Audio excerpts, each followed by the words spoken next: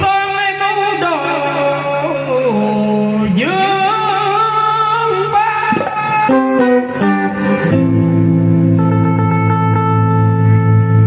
mà chỉ cầu mong sao được cùng em trăm năm vàng đã tay yêu nhau như lời giao ước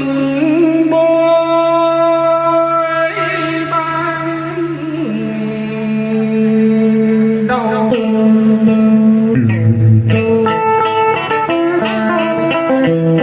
Người đẹp làm sao những kỷ niệm nào anh với